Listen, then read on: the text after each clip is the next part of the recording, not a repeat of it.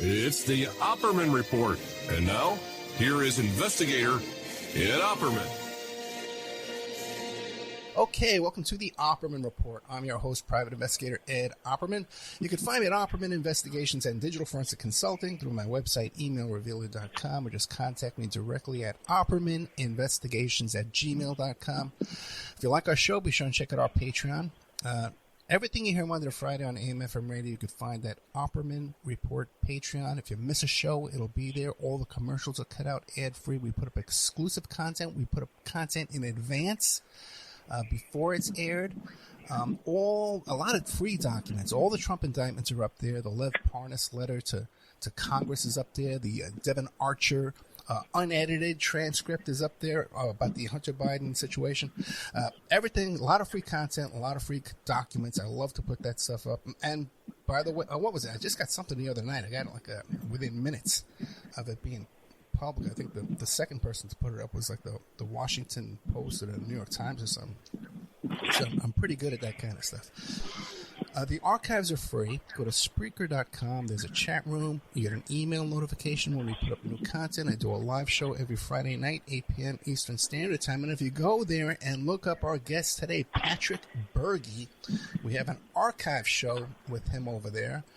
We discussed his many books. He's written 3 books. Victim of the Swamp, How the Deep State Destroyed the 40-Year-Old Private. Another one is Operation Shadowgate, The American Awakening. And then Operation Shadowgate, The Hacking of Mankind's Shadow. Now, you can find Patrick Bergy. His website is freedomstream.tv. He does a broadcast. He does a podcast every Thursday night, as many as he can do. IRNbroadcast.com. That's the Patrick Bergy podcast. You can find him on Patreon, help support his work, American Awakening at Patreon. And he's also on Twitch. PFC _ Bergy, Bergy. Mr. Patrick Bergy, are you there? Yes, thank you very much. What a long intro, right? Man, that's getting too long. I got to cut that back. Cut some stuff out, man. Remind the audience, man, who is Patrick Bergy?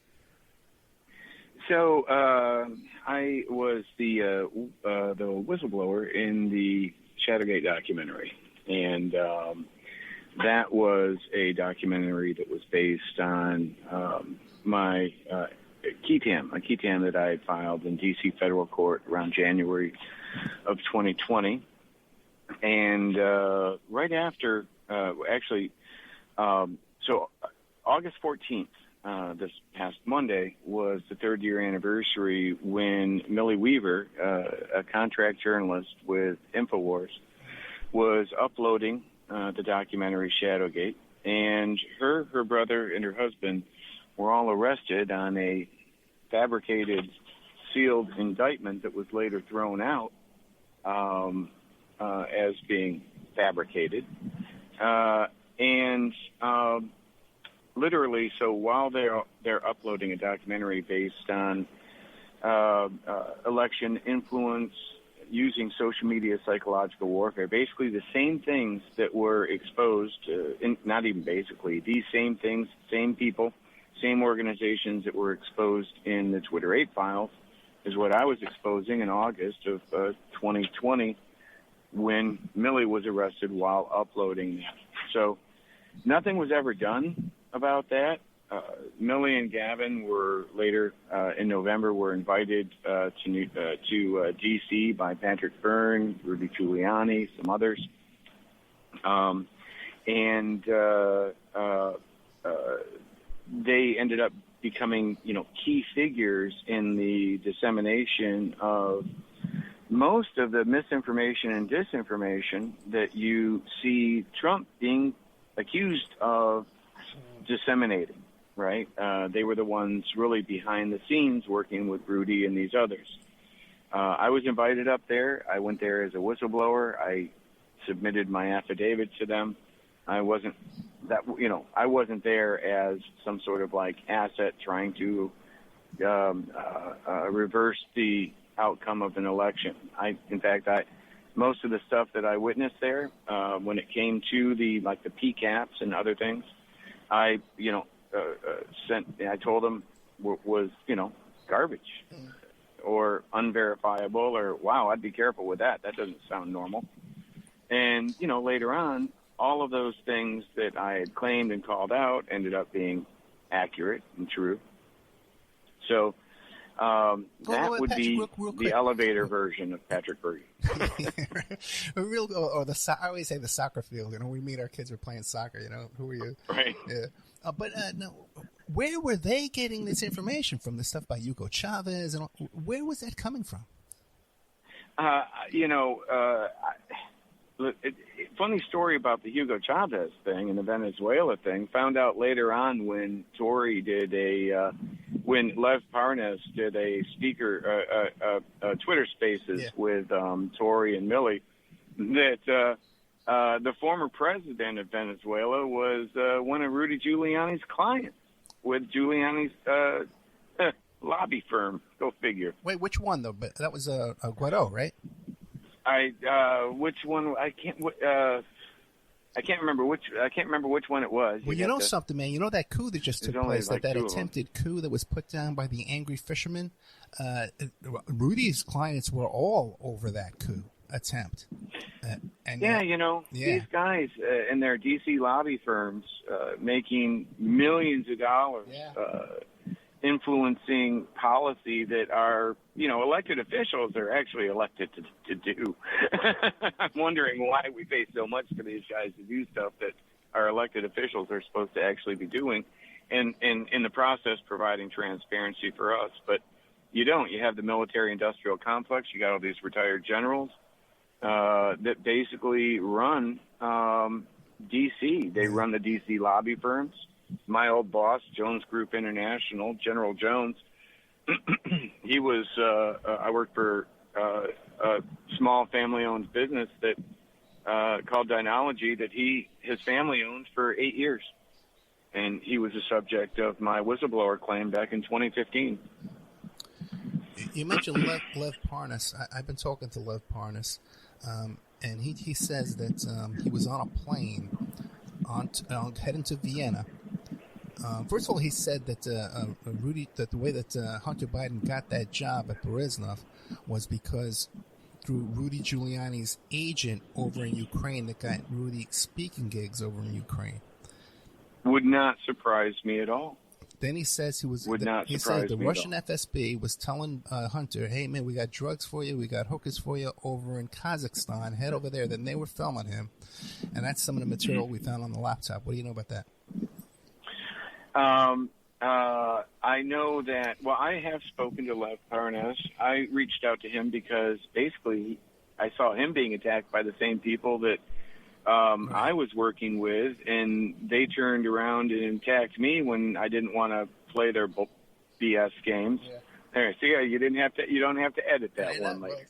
And thank you. I can abbreviate, right? Yeah. And so, I reached out to Lev. He ended up putting me in touch with Denver Riggleman, which I was, as a former, basically a subject matter expert in data analytics, I was on the server side, not the client side. But my background was in, I was an SPSS and a past SW administrator. Anybody in data analytics knows that was like the go-to IBM analytics software back in the day. So I really, I was like a colleague, basically. He was a contractor, and we were in the same field. But then, I did like an hour. I spoke to Denver about an hour and a half, and part of my there were several other people on the phone. And a lot of my conversation, or some of it, went into the fact that I had received a litigation hold notice from attorney Abby Lowell, Hunter Biden's attorneys. Okay. But I had also gotten set up by this guy, Aaron Soroka, who was purported to be a journalist working with the Daily Caller.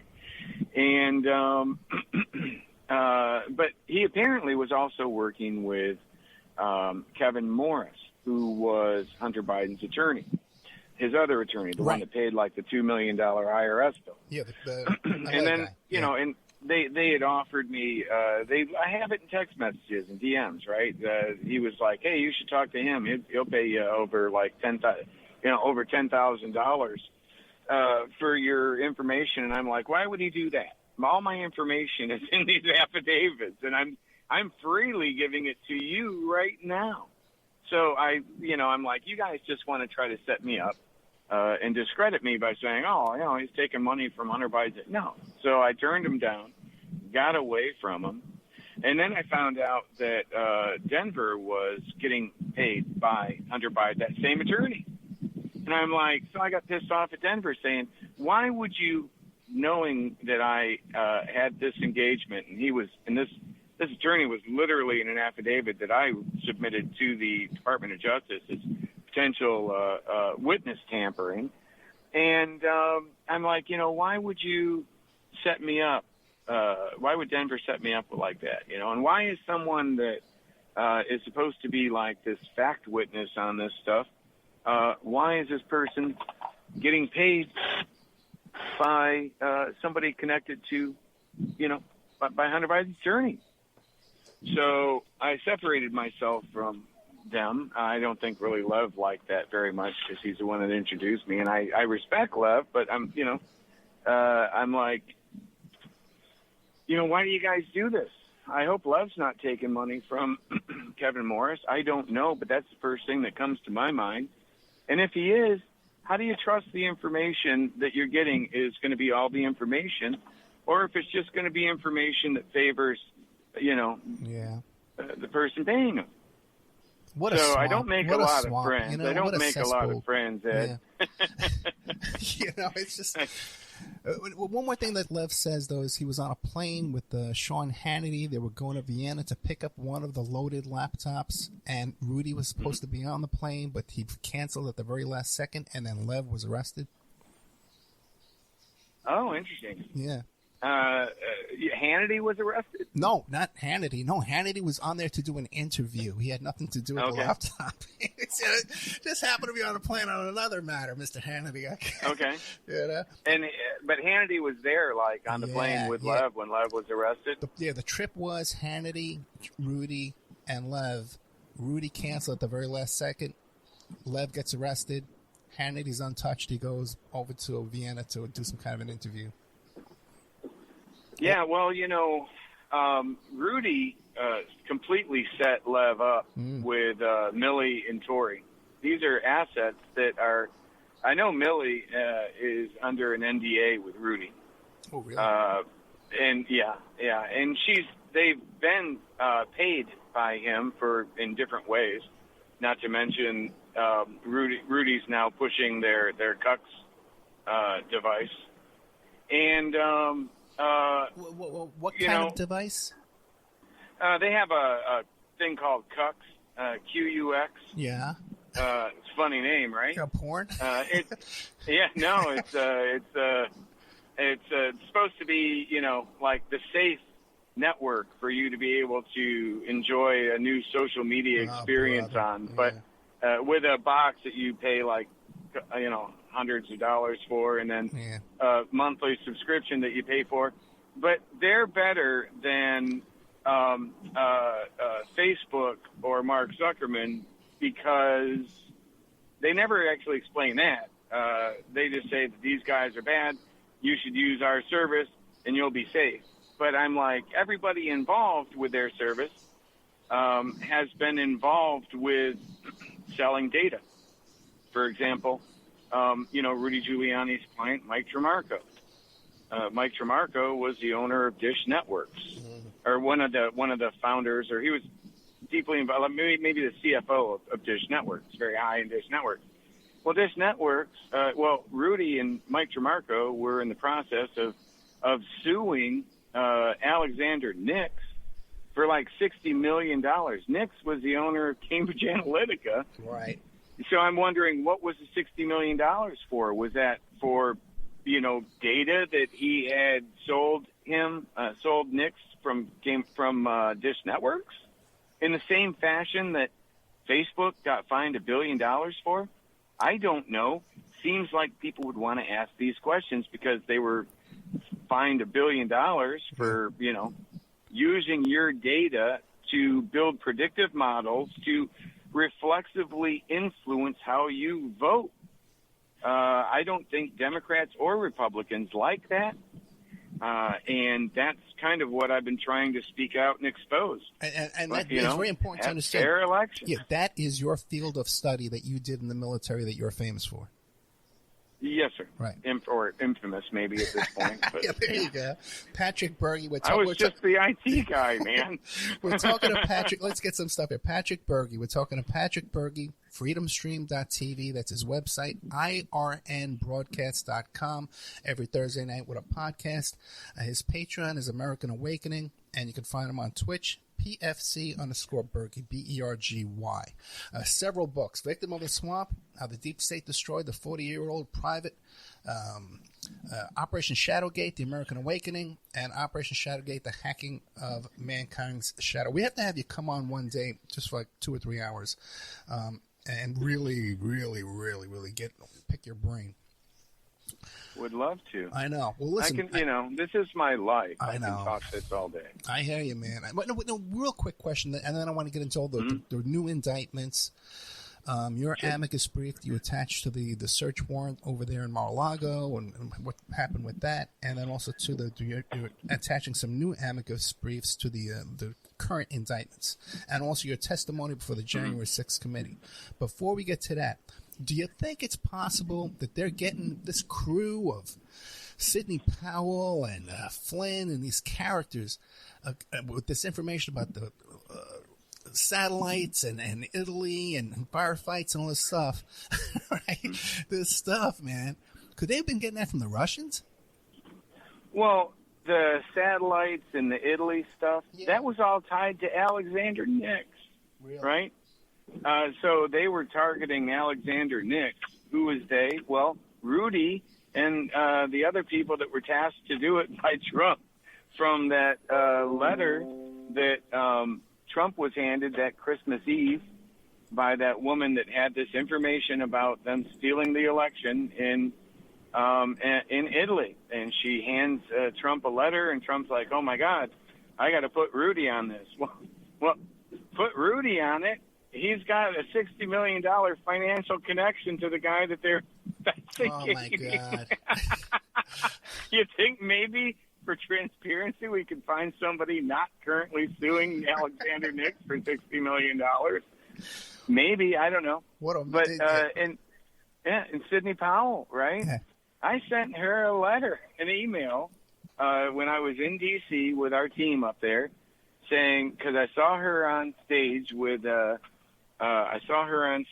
Lynn Wood and Ali Akbar. And Ali Akbar, I was calling him out as a terrorist. Ali Alexander or Ali Akbar? Ali, same thing. Okay. He was Ali Akbar until apparently it wasn't like politically correct, and then that wouldn't be popular amongst those red hats. Yeah. So it's hard to launch a Christian movement named Ali Akbar. Yeah. So he changes his name to Alexander and launches a Christian movement that ends up basically being, accused of inciting the events of January 6th. Well, and also, too, he admits to luring little boys and trying to hit on little boys on the internet. Yeah. He acknowledges that. So, the face of MAGA, which people go, oh, why could you be mad at MAGA? I'm like, really? Yeah. Look what you guys have allowed to happen. These people don't represent my values. And Sidney Powell, she knew about him. She responded back to me, hey, thanks for letting us know. We didn't know about his past. But then that was over a month before January 6th. Wow. And they still do nothing. Wow. So these people, they knew that the election had been won. They knew wait. You're saying they knew Ali Alexander was hitting on little boys a month before January 6th? Well, no, they knew that Ali Alexander was running influence, was basically a terror. I told them of his criminal background, his background with other things, how he attacked Shadowgate when Millie was arrested. He attacked me, called me a junkie veteran. I'm like, really? I'm a whistleblower. What, if you have a question about any claim that I made, please feel free to challenge me on that, ask me about it. I actually provided evidence of all my claims in Shadowgate. But he was a former asset of Karl Rove. He said he worked with Cambridge Analytica, and which I was exposing in Shadowgate. So he attacks it, and I tell them that. And they acknowledge it, and they're like, wow, thanks, we didn't know that. But then they continue to give him a platform. These people knew that Trump had lost. Stone knew that Trump was going to lose even before the election. And why was he going to lose? Because Stone realized that after Trump won in 2016 because of the shenanigans that were with the data and the predictive analytics and the social media psychological warfare that was used by Roger Stone, Steve Bannon, and these others, Cambridge Analytica, and that put Trump over the line, right? And he won. But then right after he won, and by the way, all they did was they kind of stole all of those ideas from Obama, who was doing it back in 2008 and 12. Actually, I'm sorry. We were doing it for McCain in 2008, Dynology, right? Obama's national security advisor. Then in 2012, Obama was doing it.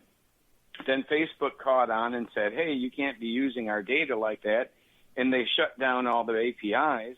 So the Democrats are like, oh, now how are we gonna cheat to win? We'll have to just play fair.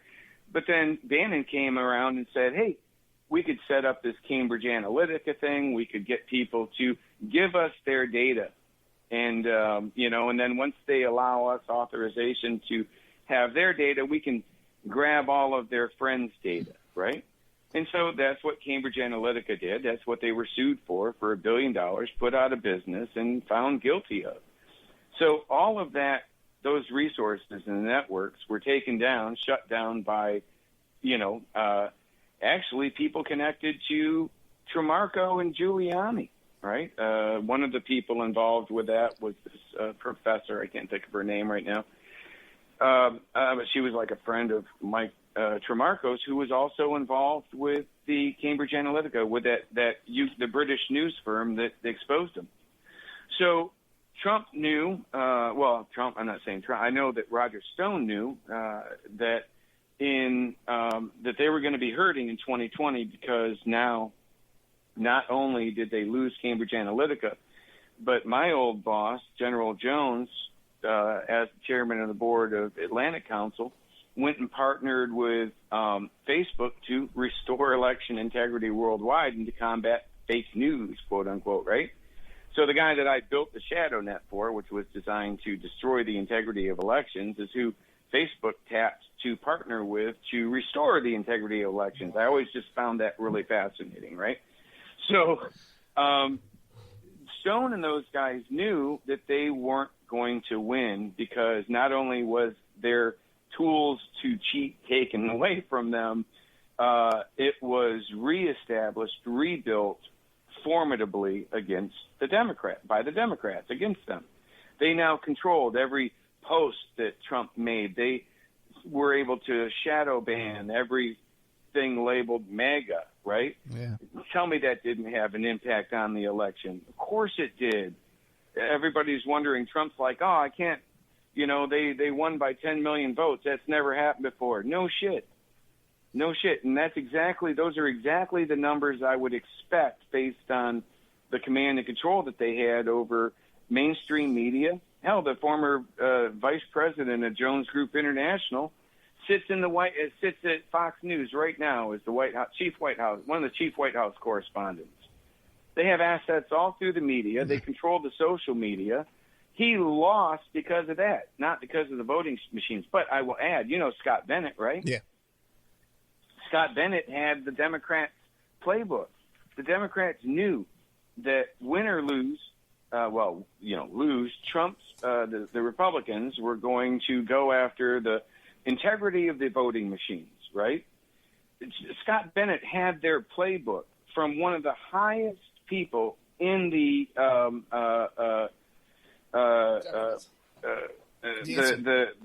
labor union, ACL, the ACLU, right? Okay. Or no, not ACL, the labor union, right? Yeah. And he had their playbook. AFL-CIO. And they said, AFL-CIO. And they said, and so everything that they had in that playbook that they said that we were going to do, we did. Even though Scott's got the playbook there in D.C., handing it to Byrne, handing it to Flynn, right, saying, wow, you're doing everything that they anticipated you're doing. Hey, and by the way, if they're anticipating that you're doing that in a playbook that they actually wrote out, what are the odds that they didn't infuse some fake, voting issues? Because knowing that you're going to bite on it, take the hook, take the bait, right? If they knew that it's how we were going to behave, it would be irresponsible of them not to bait us. And so we fell for every single thing that they wanted us to do in December. And you can ask Scott on that. He'll back you on that. And he'll back me on that. And so, we knew we were going to lose. Once we did lose, these guys were like, we need to change the outcome of the election because we don't like the results. And I'm like, as an American, that's jacked up. You don't do that. Losing sucks, especially when the people that you lost against cheated. But our country depends on the sanctity and the transfer of power. Yeah. And maybe fix the problem. Maybe expose what they were actually doing. Maybe help me as a whistleblower expose my boss who was putting all of these partnerships together, who were putting all these assets together, who actually had the software, the means, the motive, and opportunity to alter the outcome of an election. Because why? Because that was his frickin' job doing it overseas. I think, according to news arguments, I can't reveal anything classified, but read the news on what these guys were doing and what their jobs were. Flynn, Jones, McChrystal. That's what they did. Okay, and everyone also to go back to the archives, find the first interview with Patrick Bergy, because we go over a lot of this stuff there too as well. Now, Patrick, the last time I talked to you, you had inserted an amicus brief into the Mar-a-Lago case. What became of that? Has anybody interviewed you that brought you in? It was kind of cool because right after that, like the very next day, Patrick Byrne came out in an interview. Patrick Byrne came out like just doing a live video where he starts out by saying, it may turn out that the raid on Mar-a-Lago had something to do with me. Okay. Well, that's exactly what I put in my affidavit, which forced him to come out and say that the next day. And Patrick Byrne, we know he's a former CI for the FBI multiple times. Pete Santilli had a field day with him in an interview he did not long ago saying, it's okay if you're a CI, just let everybody know so we don't just sit there looking at you like a road cone when it comes out. And which I laughed my ass off, one of the funniest interviews I've seen. So people know that he's been involved in all of this. He was involved with Maria Butina. Yep. But he never gets. He begs to get arrested and can't get arrested. That's right. He's not named. He's not named right as now. He wasn't indicted, and he's not even named as a co-conspirator. I really feel bad for him. Right? He wants so bad to be named, but that's what you get with these immunity deals when you're giving information to them. Okay. So what became of that? Did the FBI, DOJ, the prosecutor, did they come in and talk to you? No. Yeah, isn't that amazing? It is, but it isn't because I submitted that pro se, right? And I'm nobody. I get that. Broke dick PFC. I don't think you have to edit that. Yeah. That's actually okay. And, so I'm a nobody. But one thing I noticed that when Hunter Biden filed that with the DOJ, he had an attorney file it for him. And you know what? the DOJ paid attention. I don't think it was so much because it was Hunter Biden. If he had just broke out a few lines, smoked some crack, and wrote down an affidavit and submitted it to even being the president's son, I think the DOJ would have went, and we aren't touching this, man. But when an attorney hands it to you, you got to do something. So the nice thing about this is I actually have an attorney that I've known for actually several years now, who's actually one of the attorneys involved in the Texas lawsuit against Lynn Wood. Okay. So we've got that bonding moment there. Why do you think Lynn Wood wasn't named in this latest indictment? Why do you think? Okay. The obvious reason. Okay. Trying to save his ass. Yeah. Patrick Byrne was going to turn his plantation into a pig farm. Think of what the DOJ would do to it. They'd bring back slavery on it. So now you just recently, now you have an attorney. You're doing another amicus to insert yourself into this latest indictment. Now, you're talking about in 2 of the indictments you have information. Yes. What are they? Actually, it's going to be what I'm doing right now is he's going to be submitting these into the subcommittee on the weaponization of the government, and that one actually is going to include the recommendation that Matt Gaetz be removed and an ethics thing charged on him. Wait! You're recommending that Matt Gaetz be removed?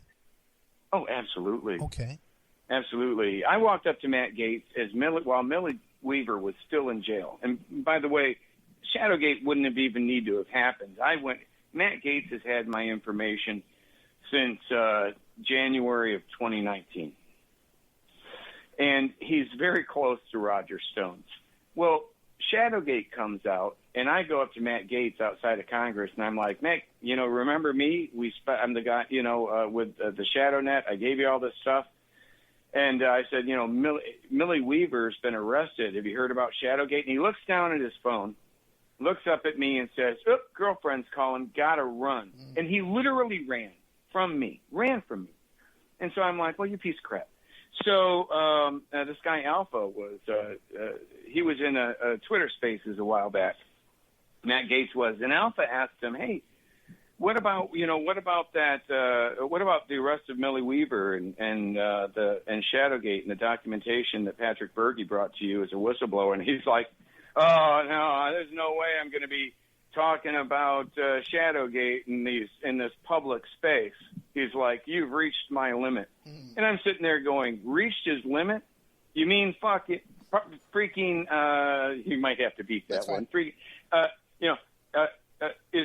Jewish space lasers is not out, but my sworn affidavit in the arrest of an American journalist is apparently over your limit. Why right? do you think he's untouchable, Matt Gaetz, that he skated right through that big investigation? Because of Stone.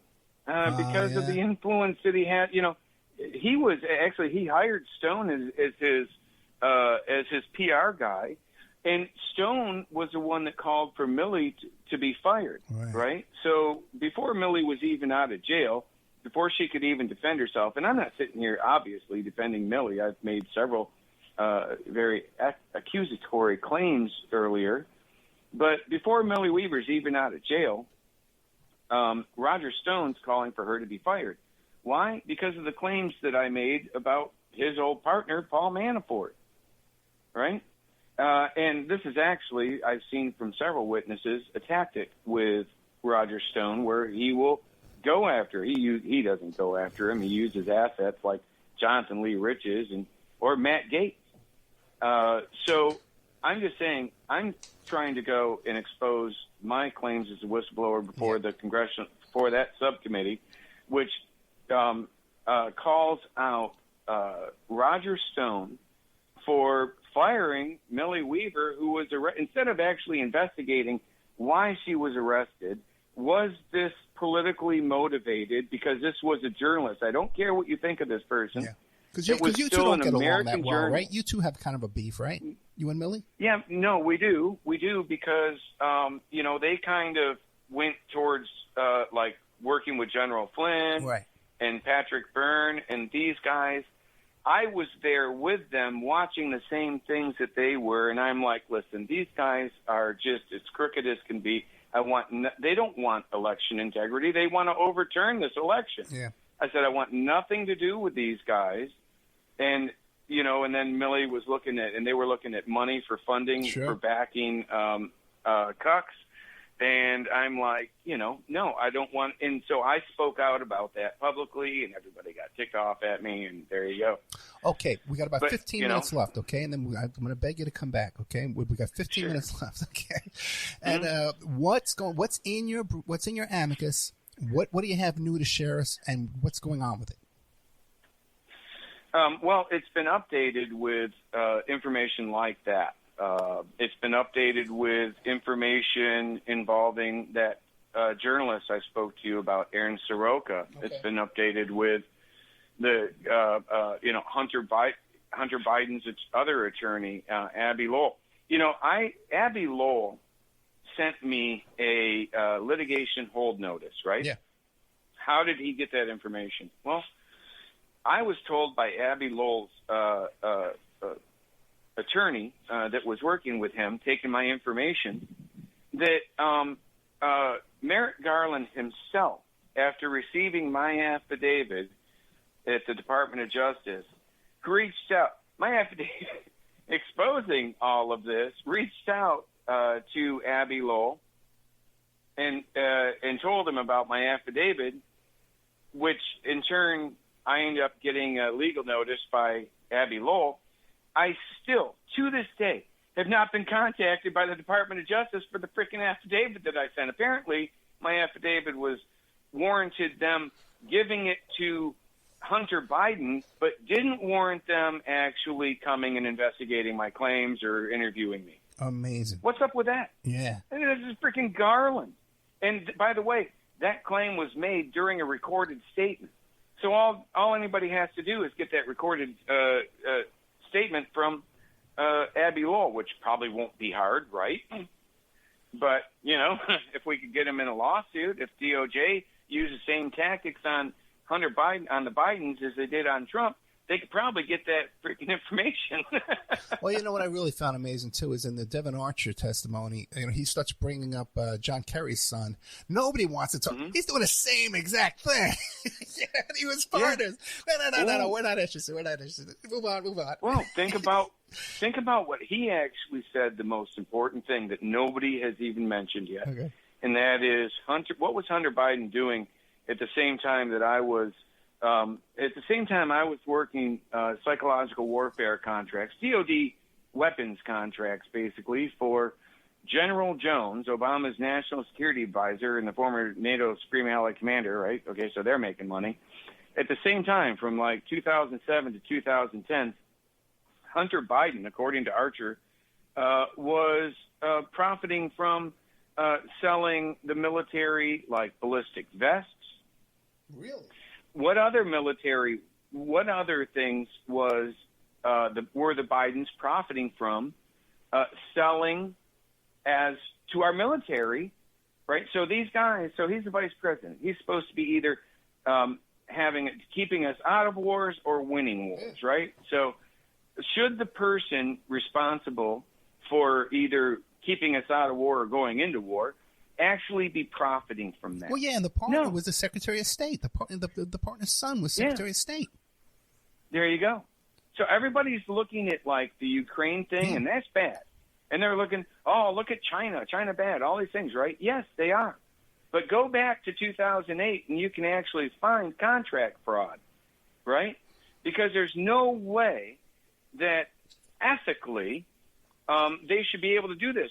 Oh, wait a minute. No, they had Obama's White House attorney signed off on that stuff, right? Well, who was Obama's White House attorney? Oh, no. Greg Craig, the guy that got busted with frickin' Paul Manafort for doing deals in Ukraine with their lobby firm. Oh, by the way, you know who was partners with that? Podesta was partners with Manafort in those deals, and were totally untouched. Yes, they were on the board. Yeah. They were on, and with Jones as well. Amazing. General Jones. So people need to wake up. People need to see that the stuff that I was exposing exposes a much broader systemic problem within our government than even election fraud. If you can believe it, right? You would think, wow, that destroys the core of our democracy. Yeah, it does. But how are they paying for this fraud? Well, they're paying for it by by stealing your data, selling your data, making these deals, doing weapons contracts while you're supposed to be keeping us out of war, right? Yeah. That's how they're funding the things that they're, and then they turn around and we develop these applications as weapons of war, and they use them against us to influence the outcome of elections or to influence policies in D.C. and to make billions of dollars for themselves in the process. Not what could possibly go wrong there, Ed? Patrick, where are you? Do you want Trump to win this next election? I think it would be horrible if he won, because it would just be more chaos. Yeah. And you think he's guilty of everything he's being charged with? No. Oh, no? I think he's probably guilty of willful blindness, which is kind of by, definite, it's a definite definition of guilt. Yeah. He's known Stone way too long to not know that Stone is like a completely, morally and ethically bankrupt human. Okay, that's a good question. Now, how come Stone isn't named? CIA? That's a good question. I think, but they did say that others will be named, and they haven't received my information yet. Oh. And when will Not that information? At least the Fannie Willis. When will that information be available to the Opperman Report readers? Well, as soon as I finish it up, I'm gonna start driving over there right and now. send it over and send it over to my attorney. Yeah. He's going to file it for me. So, and again, my attorney and none of my claims actually accuse. In fact, my claims actually state that as a contractor, my personal knowledge on situations like this, he would not be told. You would never tell. If you That's are so short true. time as a contractor, if you talk about the stuff you're doing with the prime, you always go through the program manager. You don't jump their heads, or you're short for that business, right? But that's plausible deniability. But plausible deniability could also be, in my opinion, willful blindness. But he wanted to win.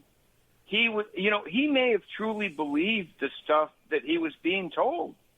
A lot of people do. He's like an 80-year-old man. Yeah, I know, but Patrick, when you're being told this stuff about satellites and firefights over in whatever that was in Italy, CIA's firefighting, when you're being told that and you're the president, don't you have other sources of intelligence that you can rely on? You would hope, but in his mind, all of the other intelligence agencies, and he's probably not terribly wrong, are corrupt. Yeah.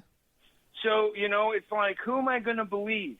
Well, that's on the intelligence agencies for allowing their reputation to be put lower than Rudy Giuliani and Sidney Powell. What about that general? He was really, really old, and he was saying that he had information about this firefight over in Italy. Does he believe it? Yeah. I don't know if he believes it, or I don't know if, which he may, because somebody like Tory or other assets, right, that are, trained in IIA, psychological warfare, they may have fed him that information. It may have looked pretty good, and he may have believed it. What do you make of Trump is now in Iowa, and he spent the whole day with Laura Loomer? Gotta love Loomer. Millie was wearing Loomer's shirt when she was arrested.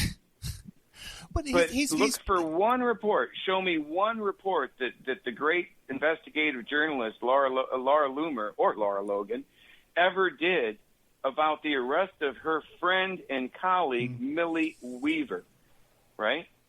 Now, maybe she just didn't hear, right? Or maybe she didn't report on her friend and colleague's arrest while uploading a documentary called Shadowgate because she was working for Roger Stone. He was one of the key figures in her campaign. And if she turned on Roger Stone, she's screwed. So did she save her own ass to not upset Roger Stone, who had just called for Millie's firing based on my claims as a whistleblower. What a coward, right? In my opinion. Why did she do that? Shadow, why did she do that? And what is Stone's motivation in all this? Stone's motivation? Well, he's been running D.C. lobby firms and dirty tricks for decades. His motivation is freaking greed and power. It's all it ever is with these guys. They'll tell you anything you want to hear. They'll turn around and admit that they lie. How come Bannon's not named in this? Good question. He's up to his neck. And what about people? What about Gates? What about Gates? What about Boebert? What about Marjorie Taylor Greene? How come they're not named in this? Or do you think there's another wave coming? I think there's probably another wave coming. They're already juggling 17. You're right. So what do you mean? They're already dealing with basically the list of people that was used to take down the World Trade Center and attack us on 9/11. And they're just two terrorists short at this point. No, they got 19 in this one too. Maybe it's the same 19, right? The same 19 passports. Oh, there you go. We're right there. They've got the same amount of terrorists it took to basically destroy our country before. Yeah, and one of the same guys that involved Rudy was over there at the first crime of the century. Oh my God! and Carrick, right? Yeah. No, that's sad. That's sad. How come Carrick's not named there? He's testifying. He's singing like a canary right now, right? Yeah. And why do people just believe everything that they say like they do? Because, Carrick was standing right next to George W. Bush saying, darn it, there are weapons of mass destruction. We'll find them. Well, they found them, but every single one said made in America and had a receipt tied to it to Donald Rumsfeld. Yeah, but Patrick, you know the whole story about Lawrence Ray, right? The Sarah Lawrence pimp dad. No. Oh, dude, man, that was Bernie Carrick's best friend. He paid for his wedding. He was the best man at his wedding. They were best friends coming out of Carrick's mouth himself. Lawrence Ray went to Sarah Lawrence College to live in his daughter's dorm room and started pimping out her daughter's friends. Okay? For $8,000 a day. And when he was best friends with Bernie Carrick, the day Bernie Carrick on 9/11 says, no, we're not going over there, we're going over here. His best friend was Lawrence Ray, this ex-CIA meth head pimp that was pimping out his girlfriend at that time when he was married. Mm-hmm. Yeah. That's the crew. Well, does it surprise you? That's the crew. Look, I just did, about 2 weeks ago, I did a small segment on my show about this one of the leaders of the Proud Boys in Texas, right? And I'm not just in the Proud Boys. Hell, if you go up into Bergy land up in Michigan, where I grew up in farmer areas there, you're gonna find most of the Bergies are probably freaking Proud Boys, or So listen, this is my blood I'm talking about, but I don't like it when people take advantage of them. And this guy, right? He's one of the head of the Proud Boys in Texas. I just played a deposition that he did because he's almost certainly, if you look at the evidence, almost certainly he ended up killing this guy who was beaten to death in his home. But the guy during the deposition literally answered the question of why, as a 40-year-old man, he had an 18-year-old boy living in his home that he was not related to. And the guy's like, well, I needed some extra money for hunting. I'm like, hunting what? 18-year-old boys? So it's like you got the freaking Proud Boys, out there running around saying, LGBTQ is bad, gays are bad. And you got the leader of the Proud Boys, Stuart Rhodes, a 40-year-old man living with an 18-year-old boy. Yeah, Stuart Rhodes was a swinger, and so was his spokesperson there. He was banging my last attorney. That's why I fired her. Stuart Rhodes. Because Michael... Yeah, he was banging Kelly Rhodes. Yeah, I know his wife. I know his ex-wife, Pretty Atlanta's son. Well, no, but Kelly Rhodes, the attorney now, she's actually getting transferred to a mental prison until she's mentally stable enough to go on trial for, January 6th. Her role in January 6th. But she was also the one that tracked down Millie's mom and got Millie's mom to sign a confession stating that the claims that Millie was arrested for that were based on claims by her mom were all made up.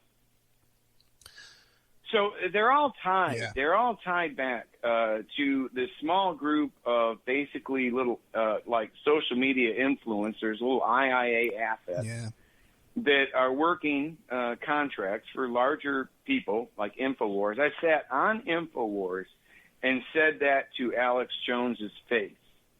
And, you know, he didn't like that, but he didn't dispute it with me either. When I was there on his stage, he attacked me after I left his stage and said he was never going to talk about it again after he fired Millie Weaver. These people are such cowards. I don't know why any patriot would listen to them. But you know why? You know why they listened to them? Because they were targeted. They were targeted. They were a group of people that Bannon called, Cambridge Analytica's Bannon, called the neurotics. They were the ones that they were targeting data, right? So if if the algorithms, after they scraped your social media, after they scraped all of your other information, 5,000 different data points, and built these predictive analytics on you, they determined whether or not you were going to be one of Bannon's neurotics. Yeah, paranoid, gullible, angry. Yes. Well, a patriot, someone, you know, who yes, a Christian, right? Why? Christians believe in something that they can't see, feel, or touch, right? You look at all of these characteristics, you put them together, you target these groups of people. They did it masterfully, right? And they still do. And these people, and they're like, you know, like I said, you got a guy named Ali Akbar running around, you know, fathering a Christian movement after he changed his name to Alexander. I'm sorry. That's just retarded to me. Patrick Bergy, we're out of time. Patrick Bergy, Bergy, freedomstream.tv. That's his website, freedomstream.tv. IRNbroadcast.com every Thursday night. His Patreon, support Patrick Bergy, is American Awakening at Patreon. His Twitch, and not a Twitch. Twitch is a thing you can watch like on a TV. It's like a YouTube. It doesn't have a Twitch. Okay, so his Twitch is PFC_Bergy. I'm going to have links to all his books because you got to understand the guy goes back. He's an expert on his data mining stuff, okay, from the military. This is where he comes from. Victim of the Swamp, how the deep state destroyed the 40-year-old private. He's older than that now. Operation Shadowgate, the American Awakening, and Operation Shadowgate, the hacking of mankind's shadow. Patrick Bergy, thank you so much, man. We'll be in touch, okay? Thank you, Ed. No, thank you, sir. Good night.